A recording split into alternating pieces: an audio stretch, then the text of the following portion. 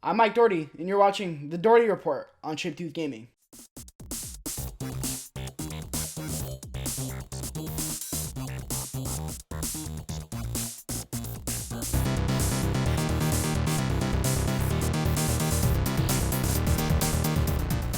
What is up, players? Welcome to another episode of the Doherty Report. This week has been nothing short of insane. We have Horizon Zero Dawn kicking it off. An awesome open world RPG, action RPG game from Sony first party. Absolutely killing it in reviews.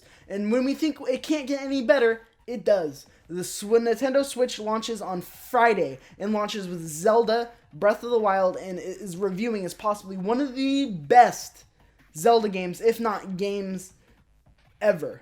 This game has been getting 10 out of 10s and 5 out of 5s on almost universally every game site, making it an instant classic. I haven't even played this game yet. I don't have a Switch yet. I want to just see what this game's all about because it seems like this is probably one of the greatest games of all time. I'm not even a big Zelda fan, and I'm interested. I'm very intrigued because when you universally get 10s and perfect scores from every game site, it means you got something special. And like I touched on briefly, the Nintendo Switch is out in the wild. The public now has their hands on it, and it is almost nearly impossible to get anywhere. Nintendo Switch not getting as good of reviews as Zelda Breath of the Wild. But to each his own.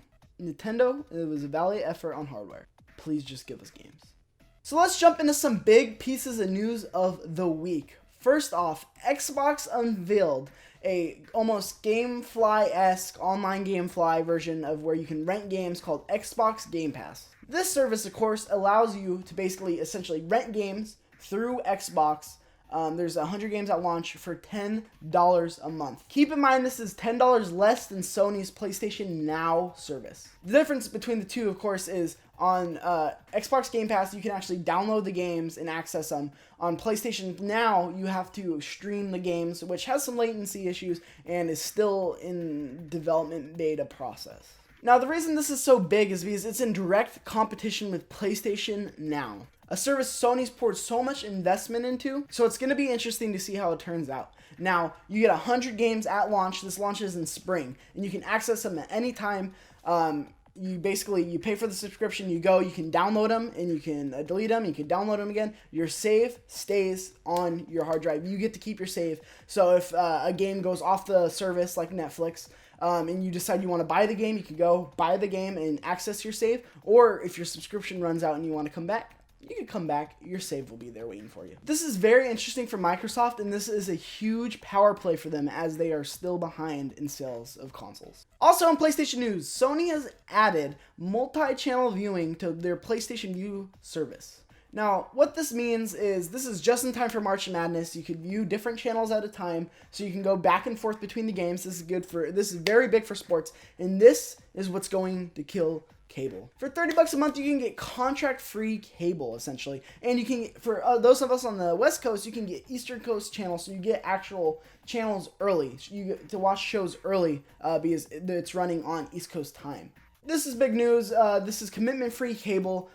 This is something I'm going to keep an eye on because once my cable subscription's out, I'm going to maybe cut down because this is so much cheaper than my cable subscription. For $30 a month, I'll be able to watch NFL games, NBA games, March Madness games, go back and forth between channels. It's just something interesting I like to see Sony make an investment in and see if they will actually get returns back. And of course, let's talk about the elephant in the room. The Nintendo Switch launched this week, and there is some mixed reviews on the hardware itself. But according to GameStop, the Nintendo Switch was one of the strongest selling consoles in recent years. Senior Director of Merchandising Eric Bright told GameSpot that, quote, stores across the country on Thursday night were packed with customers who couldn't wait to get their hands on the brand new Nintendo Switch. He said, this is one of the strongest and most successful gaming console launches for GameStop in this last several years. For those fans who were still looking for the Nintendo Switch, don't worry, we're getting more. So this is a direct quote from a senior marketing director at GameStop.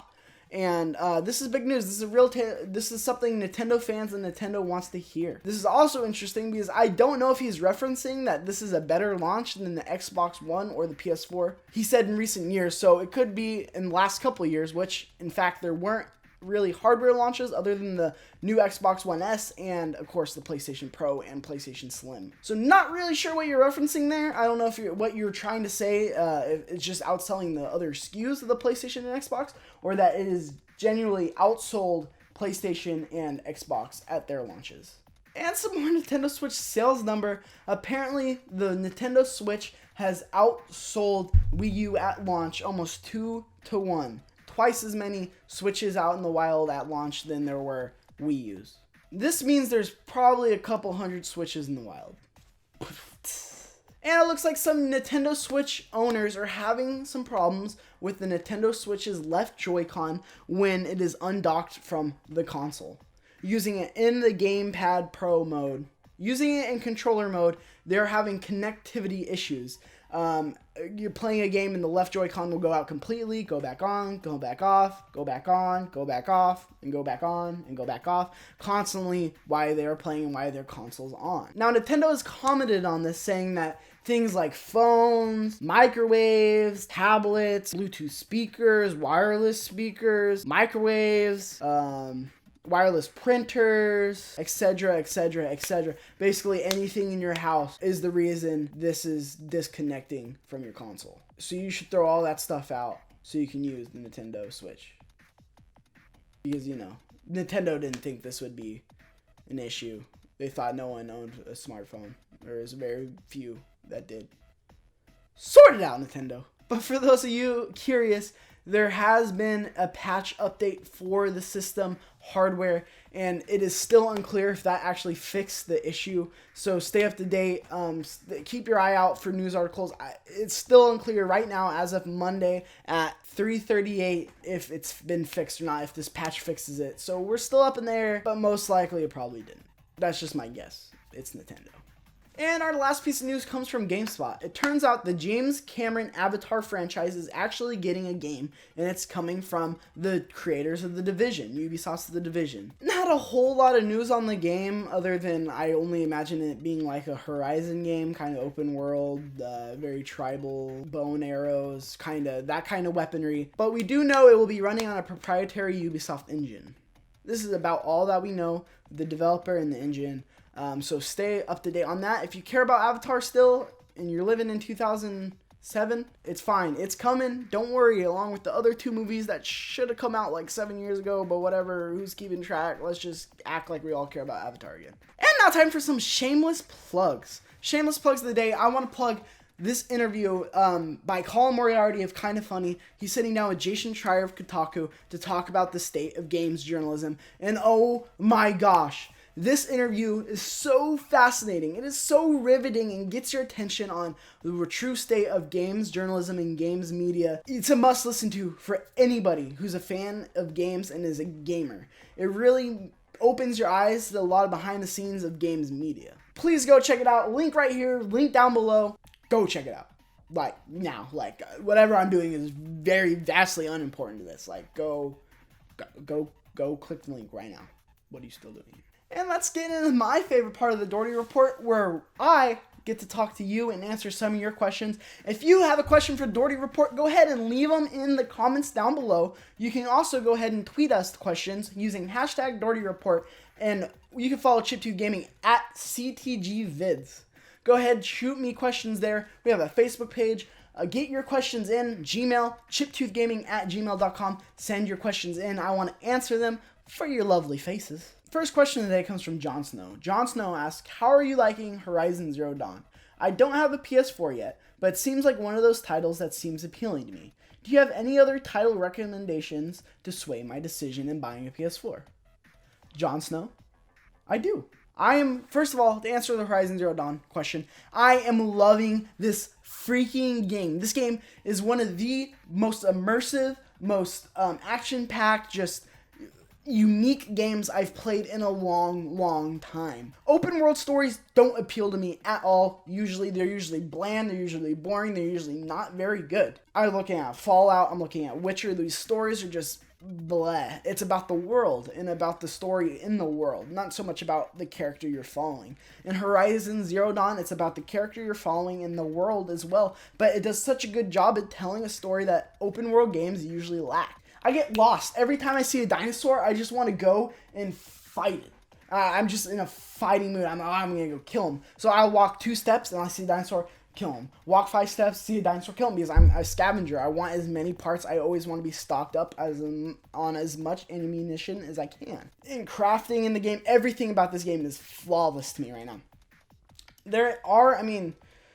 Flawless is the wrong term, because there are little glitches here and there, like with character interaction. So like you'll be talking to someone and their facial animations will be off from what they're saying. But that's about the only problem I have with the game. And the melee is kind of meh, but I don't have a problem with it because, again, this game's like, it's like having such a delicious piece of pie. Like, just so good. Like, this piece of pie is just the best piece of pie in the world. And there's a little too much nutmeg. I mean, this piece of pie is amazing, but there's just a little too much nutmeg in it. And that's not a bad thing. This pie is still amazing the way it is. If you had to critique it, though, dial it back on the nutmeg. Horizon Zero Dawn, dial it back on the nutmeg. And as for recommendations, oh doctor, the PlayStation 4's lineup right now, if you don't have a PS4, there's never been a better time to jump into the PS4 right now. In terms of lineup, I mean, you have Uncharted 4, you have the Uncharted collection if you haven't played the other Uncharted games. So right there, that's 4 games for you, 4 amazing games for you. Infamous Second Son, amazing game. Not so much story-wise, lacking compared to most the other Infamous games, but still an amazing world. Like I said, open world thing. Amazing world. Bloodborne's another title. Not really my cup of tea, but if you like the open world kind of grindiness of Horizon, you might like Bloodborne, especially the boss battles. The game is hard. The game is absurdly hard, and I think you get real accomplishment out of it when you beat a boss. On top of that, some of my other favorite games, Ratchet & Clank, amazing. Until Dawn, a vastly underrated game. Gravity Rush 2, again, another underrated game, and again, a game that's not my cup of tea, The Last Guardian. If you like the other Team Eco games, go and play The Last Guardian. I'm sure you'll like it if you're into those kind of games. But again, it's all about your taste. Those are some of the games I like. Another question comes from Aaron Smith. Have you heard any rumors about next-gen console announcement from Sony in 2018? Does this worry you at all? No. My answer is no. Keep the ball rolling. Sony does not need to worry about new hardware right now. Let Xbox do their thing with Scorpio. We don't even know what it really is going to be. And let Nintendo be Nintendo. Keep the ball rolling, because when Xbox announces this new piece of hardware, they have to have games. And right now it's looking like they have no games. It looks like they have even less games than the Nintendo Switch had. So if they launch a piece of hardware with no games, it's not going to sell anything. Why upgrade your hardware when the competition's doing it with no games, and so it might not sell? What competition will you have to keep there? Not very much. It will basically be PlayStation 4 Pro, but for Xbox. John Nagan asks, hey Mike, how do you personally feel about VR? Is it going to stack up against other platforms like Vive and Rift? Any other games you think stand out above the rest so far? Personally, what I think about PlayStation VR is it is the strongest in consumer appeal among all the other VR products. I think that Sony is absolutely crushing it in consumer appeal, and that's what you need. That's the reason the Wii did so good when the Wii came out, because it could appeal to consumers, appeal to the mass consumer, not just the gamer. And the Vive and Oculus Rift have big hills to climb. PlayStation VR is actually outselling them 2-1 right now. Put all the sales together for the Vive and the Oculus Rift, and Sony's still outselling them. Just because you already have a PS4. Most people already have a PS4. Not everyone has a gaming PC that will actually run VR. So Sony is just a plug and play. It's simple to use, and it's appealing. Not so much the gimmick of it, but the uniqueness of it and the potential for it, I think, really grabs a mass audience. As in games, I mean, of course, Job Simulator stands out. The Batman VR stands out. Star Wars VR stands out, and of course Resident Evil 7 stands out. These are all phenomenal games from what I read. Again, I do not have a PlayStation VR yet. Again, last week Doherty Report actually kind of sold me on it, because knowing that it almost has 1 million user install base, that shows me that Sony is going to support it in the future, unlike the Vita. RIP Vita. In the arms of the angel. Bunyea asks, where does Horizon Zero Dawn rank among Sony first-party titles on PS3 and PS4. Well, Kyle, this is a fascinating... I can go on for hours and hours about this question. And right now, in my mind, Horizon Zero Dawn is leading the pack maybe right under The Last of Us. I think it goes Last of Us, Horizon Zero Dawn, Uncharted 4, Uncharted 3. Kind of. I mean, that's... In my mind, that's how I'd rank them just like off the top of my head right now. But I mean, there's so many good ones. I mean, Infamous 2, Starhawk. I could go on and on about all these first party games I love from Sony. But I do think it is up there. I would say it's above or right below The Last of Us. I think it's like really neck and neck. But those are definitely the two that leads Sony's first party games, and I'd say out of all Sony first party games from PS1, PS2, PS3, PSP, PS Vita, everything, the Horizon Zero Dawn, The Last of Us are like boom, boom, boom, neck and neck. And that wraps up user questions. Like I said, if you have a question, let me know in the comments down below. Use the hashtag Doherty Report on Twitter and on Facebook. I'll be happy to answer your question and give my input on things that, honestly, I'm not an expert on anything, but I like to talk. So let me talk. I want to talk to you. And let's talk about the giveaway we're doing right here on Chiptooth Gaming. Now, I said for every 10 subscribers, I will give away either a PlayStation or Xbox card to a person who likes the video, comments on the video, and subscribes to our channel. This is basically a big grab for subscribers. So every 10 subscribers, you basically enter for a chance at a giveaway. If you leave a comment down below, like the video, subscribe to all those things, you'll be picked from the people who did all three of those things, and I will give you the choice of an Xbox or PSN code. So here we are. I'm going to announce the first two winners. We were at 90, I believe, when I announced this. So right now, congrats. We are at 111 right now. 111, that's crazy, guys. And this is going on through next week. Next week, if we get 120, then that's another giveaway. If we get to 130, that's 2 giveaways. 140, that's 3 giveaways. And I'm going to even sweeten the deal. I will extend the giveaway all the way to the end of March. If by the end of March we can hit 200 subscribers, I will double the payout. I will keep the every 10 subscribers, that's a giveaway, but I will double the payout. So instead of a $10 gift card, it will be a 20. Instead of a 20, it will be a 40. It will give just double. So double the payout for whatever you're getting. So go ahead and like this video, comment down below, and subscribe. And right now, just doing those 3 things enter you into a chance of winning. And if we hit 200, winning a double payout of whatever you win if you win the raffle. How I do it, I just enter the numbers into a randomizer online, and the randomizer picks a person, and I reach out to you. So let's announce the winners for this week. Our first winner, I'm going to reach out to you right now to see if you want a PSN or an Xbox card, is Yavon Tran. Not Yavon Tran? I don't know how to say your name. I'm so sorry. You can tell me how to pronounce it when I reach out to you, so I don't look like a big, ignorant, just idiot. But you won! Congratulations! I'll reach out to you to get you your code. And our next winner is Glenn Park. I will be reaching out to you guys today on Monday after I edit this video and get it up, and ask you what you guys want. Congratulations, you guys won. Thank you for the support. Thank you for commenting, liking, and subscribing. It means the world to me that you guys even stop by and listen to me for a little bit. Again, share this video. The more subscribers we get, the more chances you have to win. So, I mean, the next raffle, Yavan can win twice. He can win 3 times in a row, depending on how many subscribers we have. So, next week, like I said, if we are at 120 next week, that's another giveaway. 130 the next week, that's another giveaway.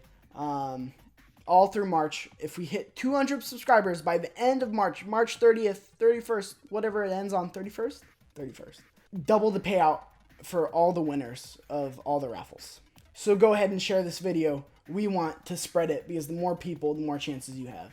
Also, on the whole subscriber thing, I want to talk about a little feud that I'm having right now. Trevor Zach, Unseen Greatness is Trevor Zach, offered me a little competition. And as you know, Mike Doherty doesn't turn down a competition. So I'm here to show up and make Trevor Zach look like a little He said the first one to 500 subscribers wins, essentially. But what they win is basically the winner gets to make the loser a cake. Now, not just any cake. The winner gets to put whatever ingredients he wants into the cake, and the loser has to eat a piece of that 500 subscribers cake. Now, as much as I would love for that to happen to Trevor Zach, because trust me, I'm going to be putting like oysters in there. I'm going to be putting nasty ass shit in there.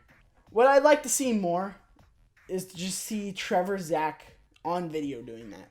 So that's also part of the competition. First one to 500 subscribers gets to bake the loser cake, and we film it, and the winner gets to post it to their channel. So if I lose, Trevor gets to film it, and he gets to put it on his channel in any format he wants.